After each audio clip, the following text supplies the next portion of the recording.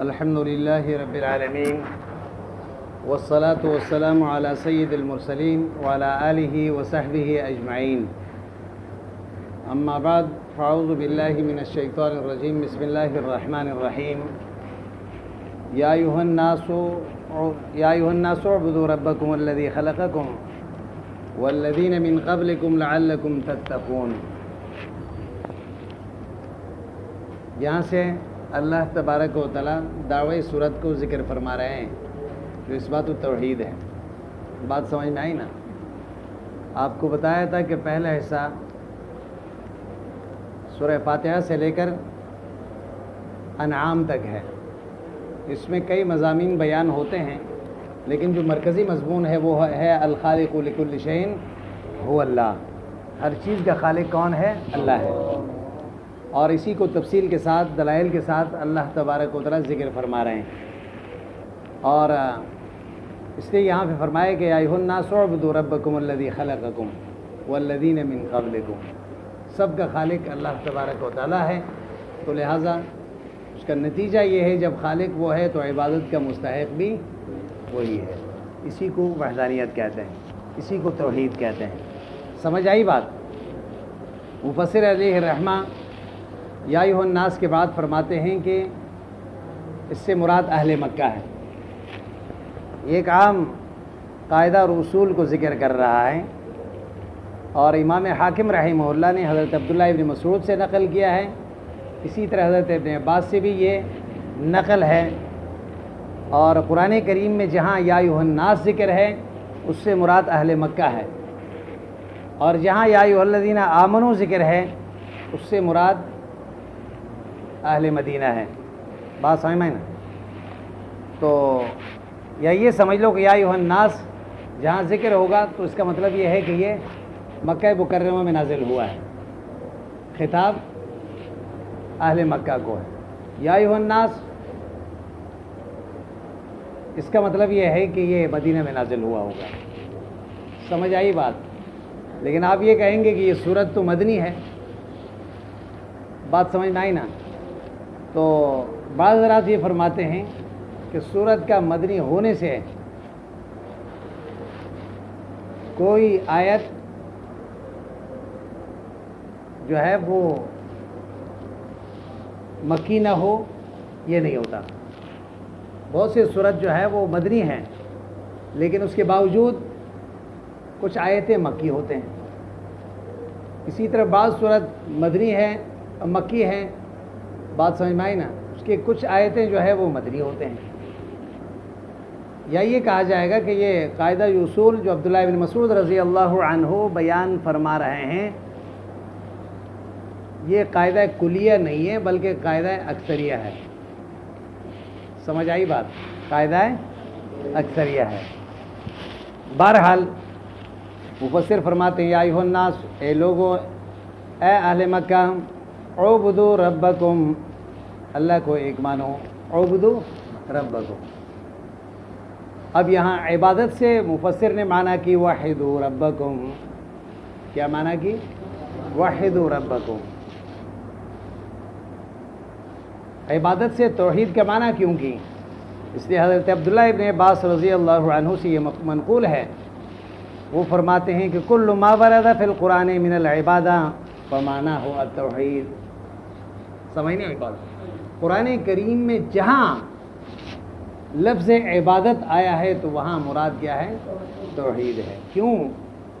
کل عبادت فی القرآن التوحید، کل عبادت فی القرآن التوحید۔ وجہ یہ ہے کہ جھگڑا مشرکین کے ساتھ اللہ کے عبادت میں نہیں تھے۔ اللہ کو خالق وہ بھی مانتے تھے، اللہ کو رازق وہ بھی مانتے تھے، اللہ کی عبادت وہ بھی کرتے تھے اپنے طریقے پر۔ سمجھ نہیں آئی بات؟ جھگڑا اسی پہ ہے کہ نبی اکرم صلی اللہ علیہ وسلم تشریف لائے، حضور نے یہ فرمایا کہ صرف عبادت اللہ کے لیے ہوگی، صرف رب کے لیے عبادت ہوگی۔ بات سمجھ میں نا؟ تو انہوں نے کہا نہیں، عبادت اللہ کے لیے بھی اور اسی طرح ان خداؤں کو بھی جن کو ہم پکارتے ہیں. ہم مانگیں گے اللہ سے بھی، اور اللہ نے کچھ لوگوں کو کچھ نہ کچھ اختیارات بھی اپنے طرف سے تقسیم کر کے دیے ہوئے ہیں. وہ بھی اللہ کے بزرگ ہیں، اللہ کے نیک بندے ہیں، ان کے پاس بھی طاقت ہے. سمجھ نہیں آئی بات؟ جیسے ایک بادشاہ ہوتا ہے اور اس کے نیچے وزیر ہوتے ہیں. کیا ہوتے ہیں؟ اب بادشاہ کا حکم جو ہے حکومت وہ حکم دینا ہوتا ہے، اور باقی وزراء کا اس کام کو بجا لانا ہوتا ہے، اس کا انتظام کرنا ہوتا ہے. تو اللہ تبارک و تعالیٰ تو ایسے ذات ہے، لا شریک لہ ولا نظیر لہ ولا بشیر لہ. بات سمجھ میں آئی نا؟ اللہ کی کوئی نظیر نہیں ہے، کوئی شریک نہیں ہے اللہ کے لیے. سمجھ آئی بات؟ تو اس لیے جھگڑا اسی پہ تھا. حضور اکرم صلی اللہ علیہ وسلم نے جو دعوت دی، اس دعوت کا محور بھی یہی تھا کہ یا ایھا الناس اعبدوا ربکم الذی خلقکم، یا ایھا الناس قولوا لا الہ الا اللہ تفلحوا. لوگوں یہی کہو تو کامیاب ہو جاؤ گے. اللہ کے سوا کوئی مددگار نہیں، کوئی مشکل کشا نہیں، کوئی داتا نہیں، کوئی غوث نہیں، کوئی غوث نہیں. تو غوث تو کیا لوگوں نے تو غوث اعظم بنا دی. بات سمجھ میں آئے نا؟ کیا بنا دی؟ غوث تو کیا غوث اعظم بھی بنا دی. بات سمجھ میں آئی نا؟ ہاں، سمجھ نہیں آئی بات؟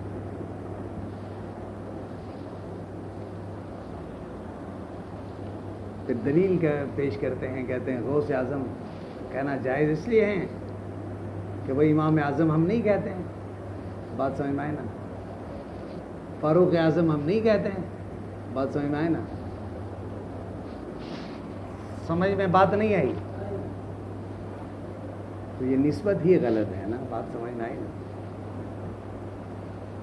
ایک آدمی جو دنیا سے جا چکا ہے اس کو آپ غوث بناتے ہو، اور غوث بھی اعظم، اس میں شرک کا شبہ ہے. بات سمجھ میں آئی نا؟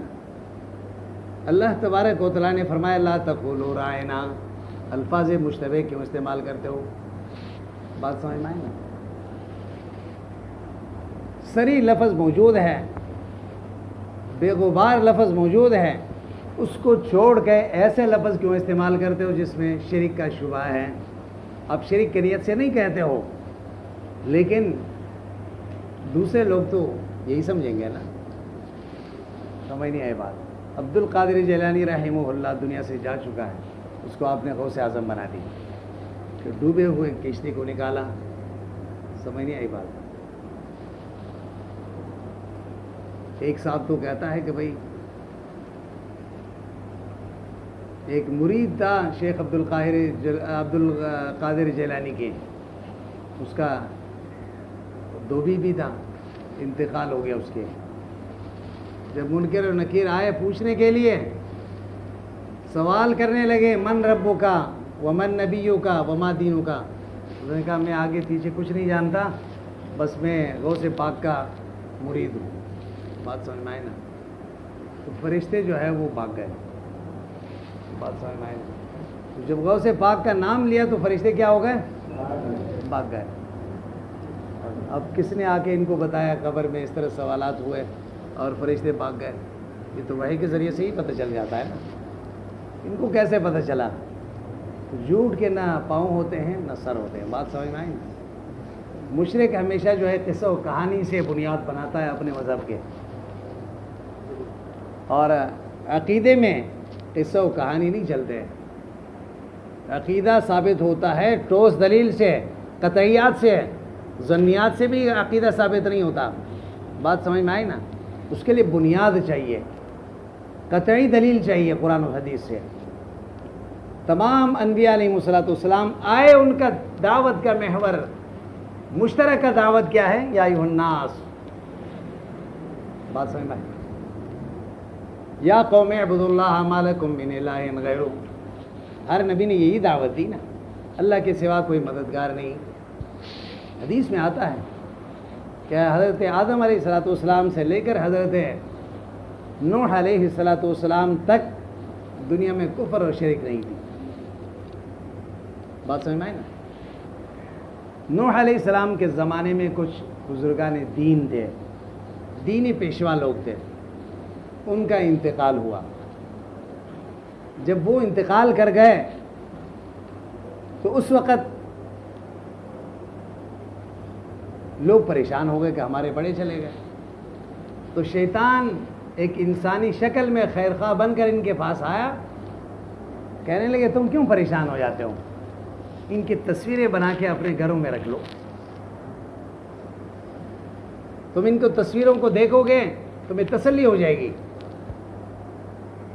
ان کا یہ تو اچھی بات ہے، عبادت پہ نہیں لگایا، تصویر بنا کے گھروں میں رکھ دیے، یہ ہمارے بڑوں کے۔ آج بھی تو مشرک یہی کہتا ہے نا کہ بھئی یہ طرح طرح کی تصویریں جو ہے کہتا ہے کہ دکانوں میں لگائیں گے کہ یہ بزرگوں کی تصویریں ہیں۔ حضور تو لعنت بھیج رہے ہیں، حضور تو فرما رہے ہیں اشد الناس عذابا یوم القیامہ، تصویر بنانے والے لوگ جو ہے سب سے سخت سزا ان کو قیامت میں ملے گی۔ اور لیکن یہ بزرگوں کی تصویریں بنا کے جو ہے، حضور تو فرماتے ہیں جس گھر میں تصویر ہے وہاں رحمت کا نزول نہیں ہوتا، اور یہ حصول برکت کے لیے جو ہے وہ تصویریں لگا رہا ہے، پھر بھی دعویٰ کر رہا ہے کہ میں عاشق رسول ہوں۔ کیا ہوں؟ سمجھ نہیں آئی بات؟ یہ کیسے عشق ہے؟ بات سمجھ میں آئے نا؟ تاصل الہ وانت تظہر حبہ وذالک فی القیاس بدیع، ایک طرف اللہ اور رسول کے نافرمانی اور دوسری طرف محبت کا اظہار، وذالک فی القیاس بدیع، یہ تو دنیا میں ایک عجیب سی بات نہیں؟ کیوں؟ ان المحب لمن یحب مطیع، اس لیے دنیا کا اصول یہ ہے کہ جس سے محبت ہوتی ہے اس کے ایک ایک ادا کو اپنایا جاتا ہے۔ آپ دعوی محبت کر رہے ہو اور نبی اور اللہ کی مخالفت کر رہے ہو، سمجھ نہیں آئی بات؟ وذالک فی القیاس بدیع، وہ تو عجیب محبت ہے، عجیب عشق ہے نبی کے ساتھ، قدم قدم پہ نبی کے سنت کو رونتے ہو اور پھر دعویٰ کرتے ہو عاشق رسول۔ بات سمجھ میں نہیں آئی؟ بہرحال نوح علیہ السلام کے زمانے میں تو یہ شیطان جو ہے لوگوں کے پاس آیا، اس طرح لوگوں کو تصویر سازی پہ لگا دی۔ یہ نسل چلے گئے، اگلے نسل جب آئے نا، ان کو کہا کہ تمہارے بڑوں نے یہ جو بزرگوں کی تصویریں لگائی ہیں تمہارے گھروں میں، یہ کیوں لگائے تھے؟ انہوں نے کہا پتہ نہیں ہے، بس وہ یہ پہلے سے چلا رہا ہے۔ انہوں نے کہا یہ ایسے تھوڑی لگایا تھا، ان کے وہ پوجا کرتے تھے، ان کے عبادت کرتے تھے، اور تم نے ان کے طریقہ ہی چھوڑ دی۔ بات سمجھ میں آئی نا؟ آہستہ آہستہ نئے نسل کو شرک پہ لگا دیا، بخاری کی روایت ہے۔ سمجھ نہیں آئی بات؟ تو سب سے پہلا پیغمبر رد شرک پر اللہ تبارک و تعالیٰ نے حضرت نوح علیہ السلام کو بھیجا، اس کے بعد تمام انبیاؤں کا مشترکہ مسئلہ توحید رہا ہے۔ سمجھ نہیں آئی بات؟ نبی اکرم صلی اللہ علیہ وسلم کی نبوت کی زندگی 23 سالوں پر مشتمل ہے۔ ان 23 سالوں میں 13 سال مکی زندگی ہے اور 10 سال مدنی زندگی ہے، اور 13 سال مکی زندگی میں نبی اکرم صلی اللہ علیہ وسلم نے عقیدہ پر محنت کی۔ اس پر محنت کی؟ نماز کے علاوہ کوئی بنیادی اسلام کے ارکان کوئی فرض نہیں ہوئے تھے، وہ تو ہجرت مدینہ کے بعد فرض ہوئے، روزہ ہے، زکوٰۃ ہے، حج ہے، جہاد ہے۔ بات سمجھ میں آئی نا؟ محنت کس پر کی؟ اللہ کی وحدانیت پر۔ 360 بت بنا کے رکھے ہوئے تھے بیت اللہ کے اندر، کعبے کے اندر، اور وہ ایسے نہیں رکھے ہوئے تھے، وہ انبیاؤں کی شکل، بزرگوں کی شکل بنا کے، اور وہ یہ سمجھتے تھے کہ ان کے ارواح ان میں آتے ہیں۔ ہؤلاء شفعاؤنا عند اللہ، ہم ان کو کہہ دیتے ہیں یہ اللہ سے ہمیں لے کر دیتے ہیں، ہم تو گناہ گار ہیں بڑے، کیا ہے؟ گناہ گار ہیں، اس لیے ہم براہ راست اللہ سے کیسے مانگیں؟ تو ہم ان کو کہہ دیتے ہیں یہ ہمیں اللہ سے لے کر دیتے ہیں، دینے والی ذات تو اللہ کی ہے۔ مشرک بھی کہتا ہے ہؤلاء شفعاؤنا عند اللہ۔ سمجھ نہیں آئی بات؟ تو حضور اکرم صلی اللہ علیہ وسلم نے فرمایا سفارش ہوگی قیامت کے دن۔ سفارت کا آغاز کب ہوگا؟ مرنے کے بعد، جب حشر قائم ہوگی۔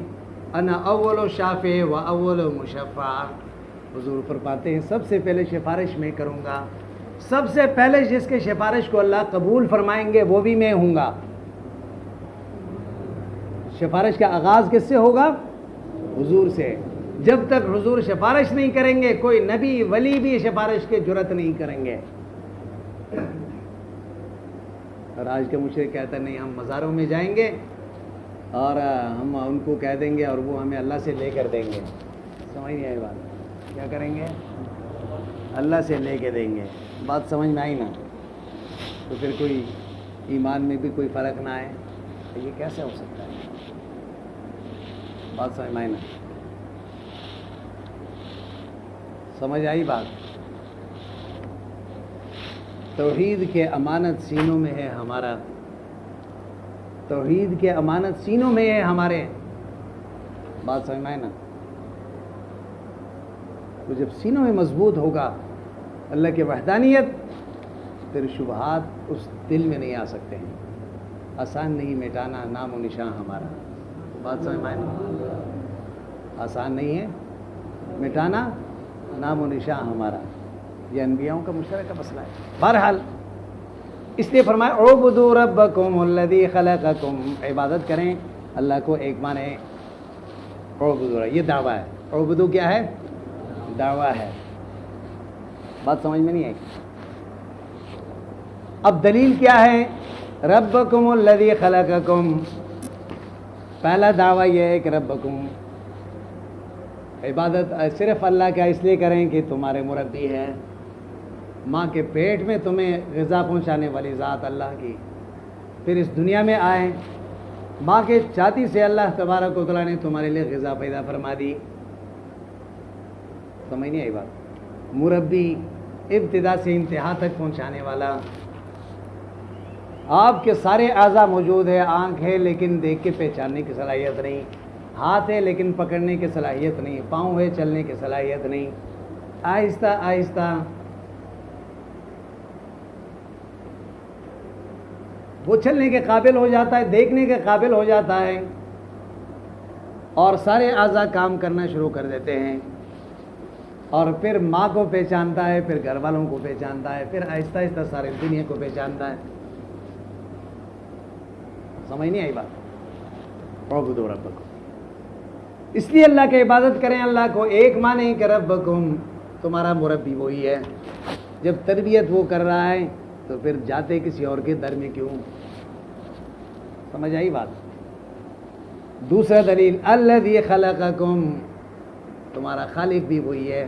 خلقکم، تمہیں بنایا اس نے، مختلف مراحل سے اللہ تبارک و تعالیٰ نے گزار کے ایک انسان بنایا۔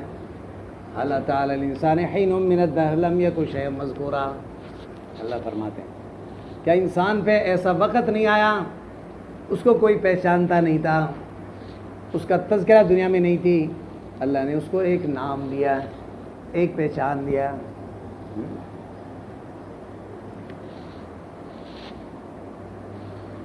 ماں کے پیٹ میں مختلف مراحل سے گزار کے اس ناپاک پانی سے اللہ تبارک و تعالیٰ نے انسان کو بنایا۔ خلقکم، بات خالق ہوئی ہے۔ انشاکم ولم تکونوا شیئا، یعنی تمہیں پیدا کیا ہے تم کچھ بھی نہیں تھے، تمہیں کوئی پہچانتا نہیں تھا۔ سمجھ آئی بات؟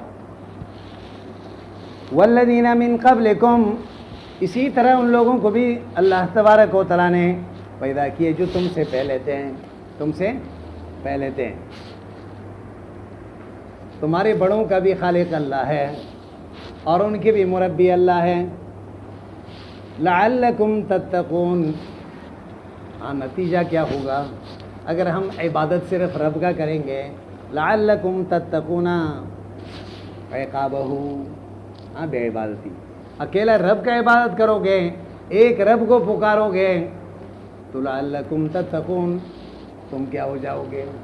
گناہوں سے بچ جاؤ گے۔ ایک تقوی کا معنی بچنے کی، یا تتقون من عقابہ، اللہ کی عبادت کر کے اللہ کے عذاب سے تم بچ جاؤ گے. ولعل فی الاصل للترجی وفی کلامہ تعالی للتحقیق، ایک قاعدہ بتا رہا ہے. لعل بات سمجھ میں آئی نا، یہ ترجی کے لیے آتا ہے. کس کے لیے آتا ہے؟ امید کے لیے. یعنی کسی چیز کو آپ پسند کرتے ہو اور امید رکھتے ہو کہ یہ چیز مجھے مل جائے. سمجھ آئی بات؟ اس کو کہتے ہیں ترجی، امید. محبت کے ساتھ ہوتا ہے. لیکن ترجی کے لیے ضروری یہ ہوتا ہے کہ وہ عاقبت کے متعلق انسان نہیں جانتا کہ مجھے یہ ملے گا یا نہیں. آپ یہ سمجھتے ہیں کہ امید ہے کہ میں کامیاب ہو جاؤں امتحان میں. آپ کو پسند ہے تو ہے یہ کامیاب ہونا، لیکن آپ کو اس کا نتیجے کا پتہ نہیں، کامیابی ملے گی بھی یا نہیں. سمجھ نہیں آئی بات؟ اس کو کیا کہتے ہیں؟ ترجی. یعنی امید تو ہے لیکن عاقبت کو نہیں جانتا، نتیجے کو نہیں جانتا، اس میں جہالت ضروری ہوتا ہے. تو پھر اللہ کے کلام میں یہ کیسے استعمال ہوا؟ اور اللہ تبارک و تعالیٰ تو جہالت سے پاک ہے، عاقبت کو جانتا ہے. سمجھ نہیں آئی بات؟ اس لیے امام سیبوئی رحمہ اللہ کا یہ قاعدہ ہے. وہ فرماتے ہیں کلام اللہ میں جہاں جہاں بھی لعل آیا ہے تو وہ یقین کے لیے ہے اور تحقیق کے لیے ہے. بندے کے کلام میں تو یہی قاعدہ ہے، لیکن اللہ کے کلام میں جہاں لفظ لعل آئے گا تو وہاں یقین کے لیے استعمال ہوگا. کس کے لیے استعمال ہوگا؟ یقین کے لیے، تحقیق کے لیے. بات سمجھ میں آئی نا؟ کیوں؟ اس لیے کہ اللہ تبارک و تعالیٰ کریم ذات ہے، اور کریم ذات کسی چیز کا امید فرماتے ہیں تو یقینی طور پر وہ چیز ہو جاتا ہے. وہ چیز کیا ہو جاتا ہے؟ ہو جاتا ہے. بات سمجھ میں آئی؟ بہرحال الذی جعل، اللہ وہ ذات ہے جو پیدا کیا ہے، بنایا ہے تمہارے لیے زمین کو فراشا، فرش. اللہ وہ ذات ہے. دیکھیں، تمہارے خالق اللہ، تمہارا مربی اللہ، تمہارا مربی اللہ. دو باتیں بتائی، تمہارے بڑوں کا خالق اللہ، ان کے مربی بھی اللہ. اب الذی جعل لکم الارض فراشا والسماء بناء، اللہ وہ ذات ہے. دلائل عقلی اللہ کے وحدانیت کی. تمہارے لیے زمین کو فرش بنا دیا اور آسمان کو چھت بنا دی. فراش، زمین بمنزل عورت کی ہے اور آسمان بمنزل مرد کی ہے. سمجھ نہیں آئی بات؟ وفروش مرفوعہ. سمجھ نہیں آئی بات؟ کس کے لیے استعمال ہوا؟ عورتوں کے لیے. سمجھ نہیں آئی بات؟ وفروش مرفوعہ.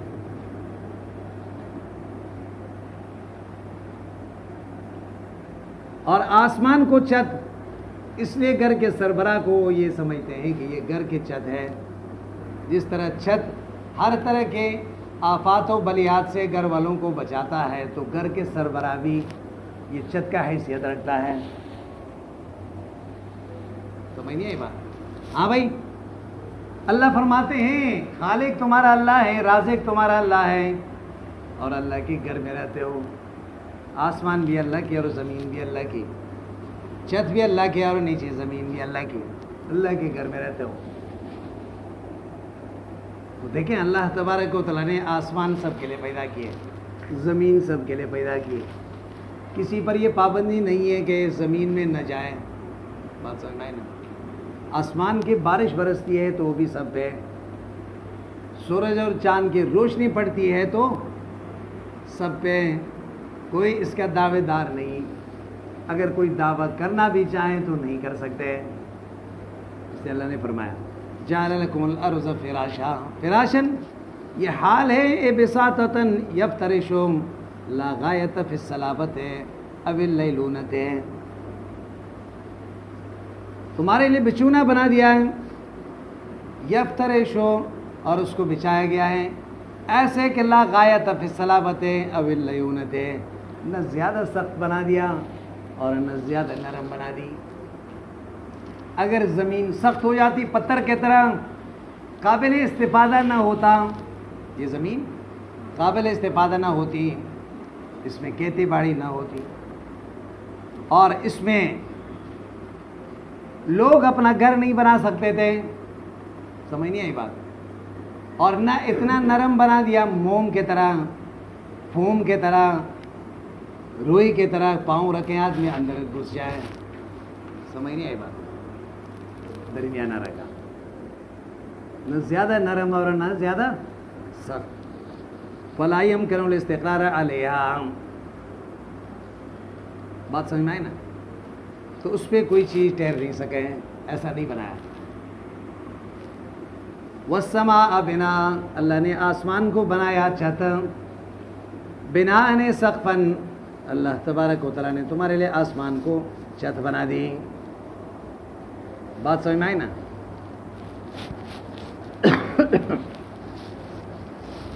وَأَنزَلَ مِنَ السَّمَاءِ مَاءً، اللہ نے گھر کا بھی انتظام فرمایا، خالق بھی وہی، مربی بھی وہی، پھر تمہارے لیے انتظام کھانے پینے کا بھی رب نے کر دی۔ وہ کیسے ہے؟ وَأَنزَلَ مِنَ السَّمَاءِ مَاءً، اللہ تبارک و تعالیٰ نے اوپر سے پانی برسایا، سما بادل مراد ہے، کیا مراد ہے؟ کیونکہ پہلے بھی بتایا آپ کو، امام قرطبی فرماتے ہیں کل ما علاک و اذلک فہو سماء، سمجھ آئی بات، ہر وہ چیز جو آپ کو سایہ دے رہا ہے، آپ سے اوپر ہے، عرب اس کو سما کہتے ہیں، سمجھ نہیں آئی بات۔ اس لیے بارش جو ہے وہ بادل سے برستی ہے، آسمانوں سے نہیں، سمجھ نہیں آئی بات۔ ماء ان، پانی، ماء اللہ نے پانی جاری فرما دیا تمہارے لیے، بات سمجھ میں آئی نا۔ فاخرج به من الثمرات، پھر اس کے ذریعے سے اللہ تبارک و تعالیٰ نے نکالا تمہارے لیے، اس کے ذریعے سے من الثمرات، من انواع الثمرات، طرح طرح کے پھلوں کو، بات سمجھ میں نا۔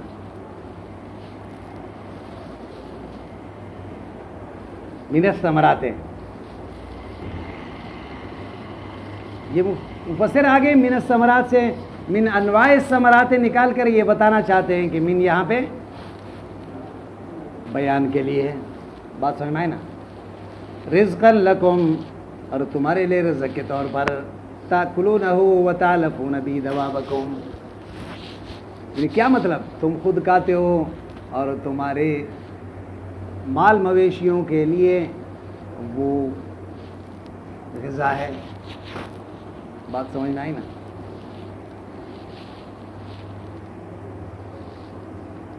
فاخرج بھی من الثمرات، من الثمرات کے آگے رزقا لکم نکال کے مفسر یہ بتانا چاہتے ہیں آپ کو، تاکلونہ وتعلفون بہ دوابکم، دونوں کو نکال کر یہ بتانا چاہتے ہیں کہ یہاں ثمرات سے مراد ما ينتفع به، ہر وہ چیز ہے جس سے فائدہ اٹھایا جاتا ہے۔ اب گھاس بھی مراد ہے اور اناج بھی مراد ہے اور پھل بھی مراد ہیں، جس سے آپ فائدہ اٹھاتے ہو، چاہے مال مویشی کے لیے یا خود۔ فلا تجعلوا للہ اندادا، اب نتیجہ تمہارا خالق اللہ، تمہارا رازق اللہ، تمہارا مربی اللہ، ہاں زمین اللہ کی، آسمان اللہ کے،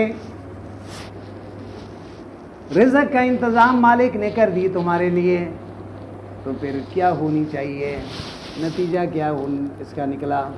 اللہ فرماتے ہیں فلا تجعلوا للہ اندادا، اللہ کے ساتھ شریک نہ ٹھہرائے، فلا تجعلوا للہ اندادا۔ فلا تجعلوا یہ متعلق ہے اعبدو امر کے ساتھ جو ما قبل ذکر ہوا، اعبدو ربکم، ایک رب کا عبادت کر دو، فلا تجعلوا للہ اندادا، عبادت سے مراد توحید ہے، دلیل کیا ہے؟ عبادت سے مراد توحید ہے، دلیل کیا ہے؟ فلا تجعلوا للہ اندادا، شریک ٹھہراؤ گے، اللہ کی بھی عبادت کرو گے، کسی اور کا بھی کرو گے، تو پھر یہ توحید نہیں ہے۔ سمجھ نہیں آئی بات؟ اب آگے فرمائے اندادا، انداد جمع ہے ند کے، انداد جمع ہے، اور ند کہتے ہیں کہ مثل کو، بات سمجھ میں نا، اللہ کے ساتھ کسی کو برابر نہ کرے، اللہ کی صفت کسی بندے کو نہ دے۔ عالم الغیب اللہ ہے، مالک نفع و نقصان اللہ ہے، بغیر اسباب کے مدد کرنے والی ذات اللہ کی ہے۔ انسان کے پاس ہاتھ ہے تو آپ سے مدد کر سکتا ہے، پاؤں ہے تو چل کر آپ کے پاس آ سکتا ہے، آنکھ ہے تو دیکھ سکتا ہے، جب دنیا سے چلا گیا تو یہ سارے حواس ختم، تو اب کہاں سے آئے گا آپ کے پاس؟ کہاں سے مدد کرے گا؟ مزار والے۔ سمجھ نہیں آئی بات؟ اس سے حضرت ابن عباس فرماتے ہیں لا تقولوا لولا فلان لا اصابنی کذا۔ ہاں، ند کا مطلب کیا ہے؟ حضرت ابن عباس فرماتے ہیں کبھی یہ نہ کہنا فلاں نہ ہوتا تو مجھے یہ مصیبت نہ پہنچی، بات سمجھ میں آئی نا، یا فلاں نہ ہوتا، بات سمجھ میں آئی نا، تو میں فلاں مصیبت میں پڑ جاتا۔ بھئی مصیبت، خیر اور شر سب مالک کی طرف ہے، بات سمجھ میں آئی نا۔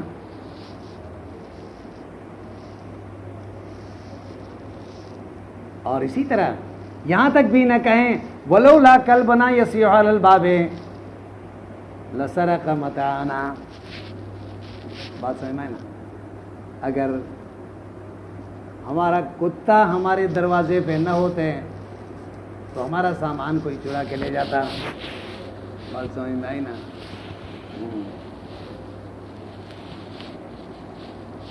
اس حدیث میں آتا ہے نبی اکرم صلی اللہ علیہ وسلم نے فرمایا ایاکم ولو، ہاں اپنے آپ کو بچاؤ، یہ نہ ہوتا تو یہ ہوتا، ایسے بات کبھی نہ کریں، فإنہ من کلام المنافقین، اس لیے کہ یہ منافق کا خصلت ہے۔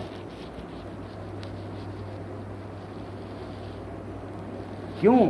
منافق ہمیشہ کہتا ہے لو کانوا عندنا ما ماتوا وما قتلوا، صحابہ جا کے شہید ہو گئے، ہاں احد بھی شہید ہو گئے، تو منافقوں نے کہا کہ ہمارا بھائی اگر جہاد میں نہ جاتے تو شہید نہ ہوتے، نہ جاتے تو اور نہ مرتے۔ اللہ نے فرمایا کہ اپنے آپ سے موت کو روک کے دکھاؤ نا، سمجھ نہیں آئی بات؟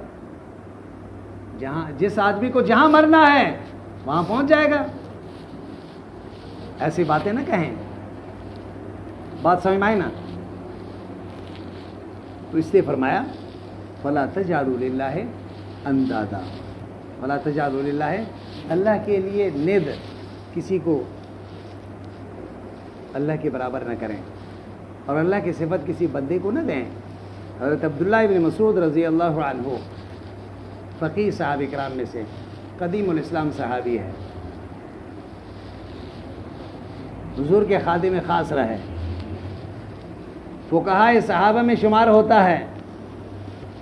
حضرت عبداللہ ابن مسعود رضی اللہ عنہ فرماتے ہیں میں نے کہا یا رسول اللہ ای الذنب اعظم عند اللہ، یہ بتا دیجئے سب سے بڑا گناہ کیا ہے دنیا میں؟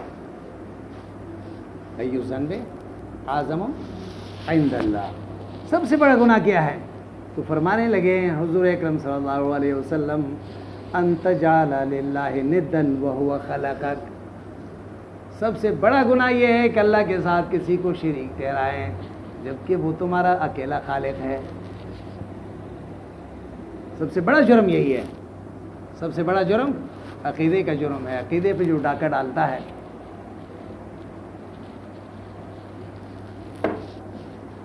سمجھ نہیں آئی بات؟ حضرت معاذ رضی اللہ عنہ فرماتے ہیں نبی اکرم صلی اللہ علیہ وسلم نے فرمایا اے معاذ اتدری ما حق اللہ علی عبادی، معاذ یہ بتاؤ اللہ کا حق بندے کے اوپر کیا ہے، اللہ کا حق بندے کے اوپر کیا ہے یہ بتاؤ۔ میں نے کہا اللہ و رسول عالم، اللہ اور اللہ کے رسول ہی بہتر بتا سکتے ہیں۔ حضور اکرم صلی اللہ علیہ وسلم نے فرمایا ان یعبدوہ ولا یشرکوا بہ شیئا، ان یعبدوہ، اللہ کا حق بندے کے اوپر یہ ہے کہ اللہ کی عبادت کریں، اور ولا یشرکوا، اللہ کے ساتھ کسی کو شریک نہ ٹھہرائیں۔ پھر بندے کا حق اللہ کے اوپر کیا ہے؟ تو اللہ اس کو سزا نہ دے، جہنم سے بچائے۔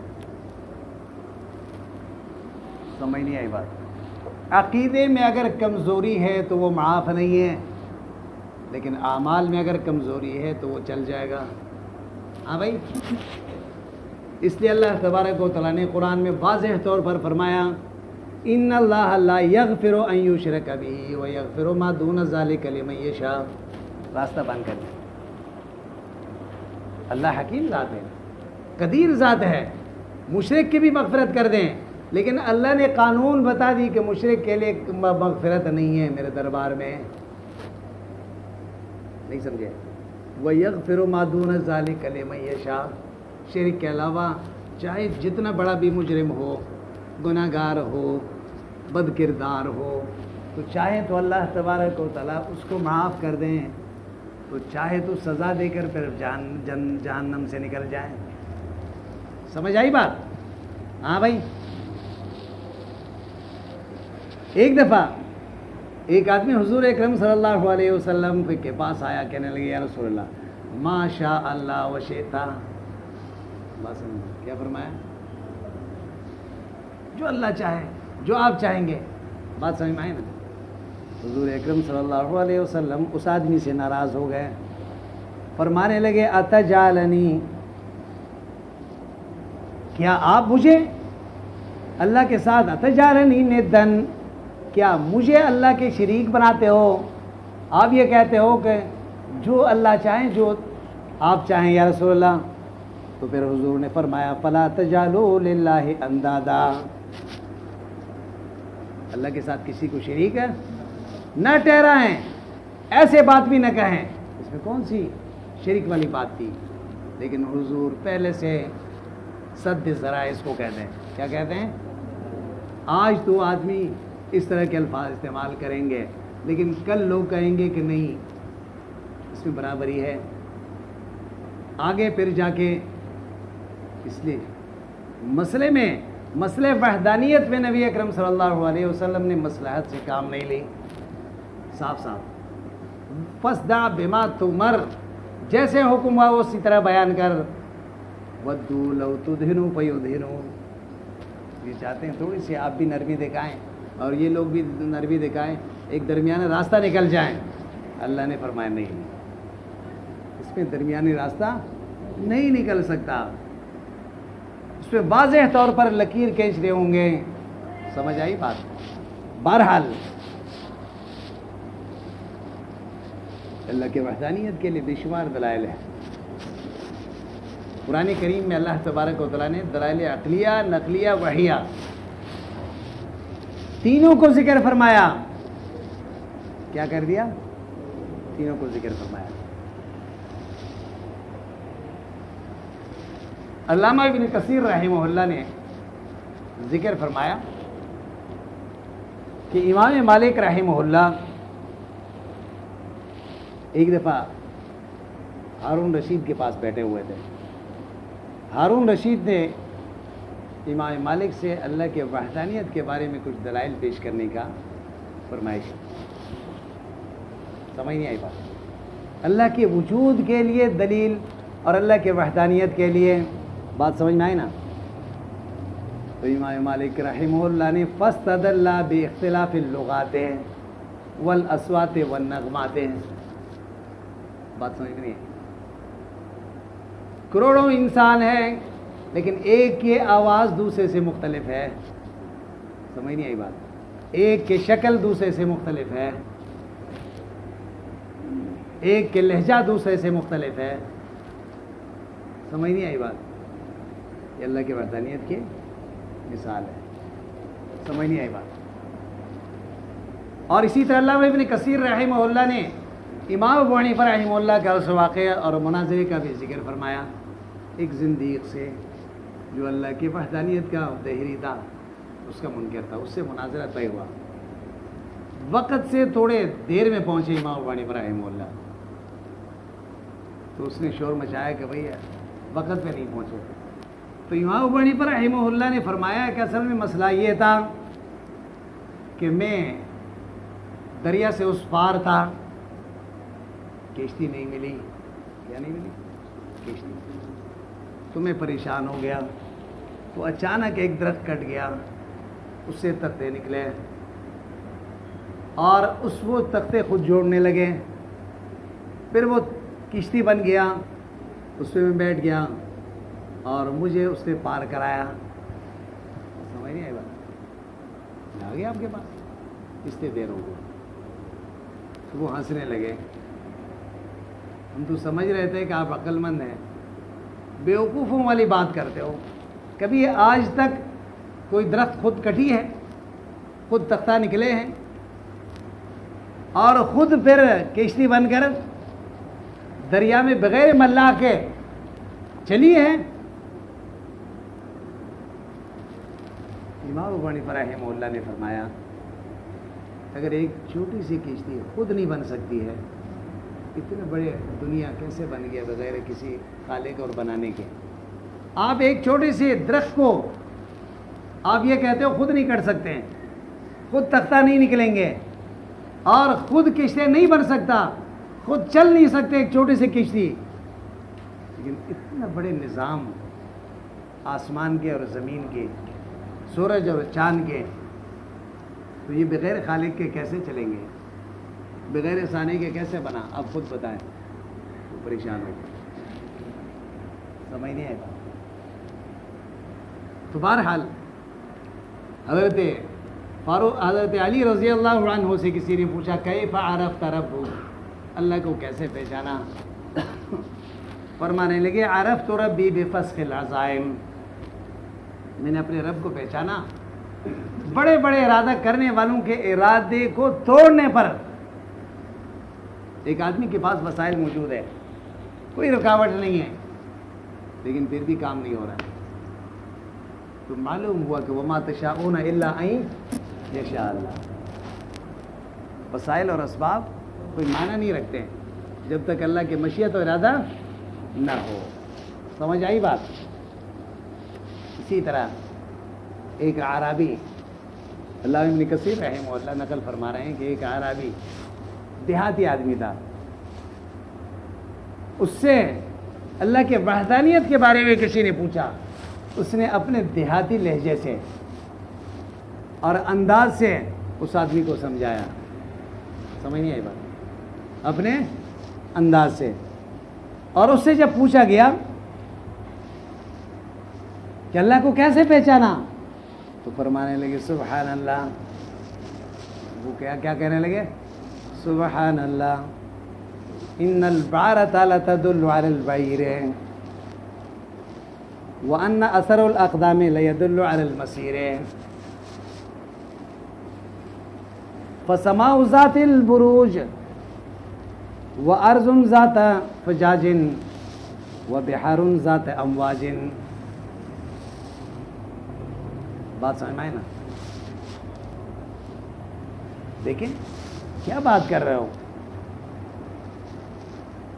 جب کسی راستے سے اونٹ گزر جاتے ہیں،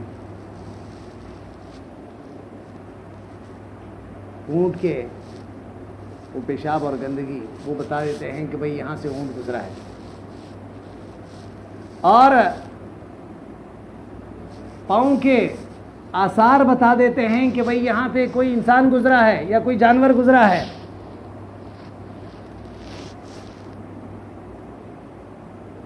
یہ آسمان، یہ زمین اور یہ دریا، الا یدل ذلک علی وجود اللطیف الخبیر، کیا یہ اللہ کے وجود پر دلالت نہیں کر رہے ہیں؟ اتنے بڑے آسمان کو دیکھیں، اتنے بڑی زمین کو دیکھیں اور اتنے بڑے دریا اور سمندر کو دیکھیں موجوں والے، یہ بغیر کسی خالق کے پیدا ہوئے. بغیر کسی نظام کے چل رہے ہیں، یہ کیسے ہو سکتا ہے؟ بات سمجھ میں آئی نا؟ کیسے ہو سکتا ہے؟ بہرحال بتانے کا مقصد یہ ہے کہ اللہ تبارک و تعالیٰ فرماتے ہیں فَلَا تَجْعَلُوا لِلَّهِ اندادا، اللہ کے ساتھ کسی کو شریک نہ ٹھہرائے. اندادن اے شرکان فی العبادت، عبادت میں شریک نہ کریں. وانتم تعلمون، تم جانتے ہو کہ خالق اللہ ہے. ولا یخلقون، اور یہ لوگ پیدا نہیں کر سکتے ہیں. ولا یکون الہا الا من یخلق، الہ وہ ہو سکتا ہے جو خالق بھی ہوتا ہے. الہ وہ ہوتا ہے جو خالق بھی ہوتا ہے. ابو نواس مشہور شاعر ہے جس کے شعر پہلے بھی آپ پڑھ چکے ہیں. بات سمجھ میں آئے نا؟ وہ اللہ کے وحدانیت کے بارے میں فرماتے ہیں تأمل فی نبات الارض وانظر الی آثار ما صنع الملیک. وہ کیا فرماتے ہیں؟ تأمل فی نبات الارض وانظر الی آثار ما صنع الملیک.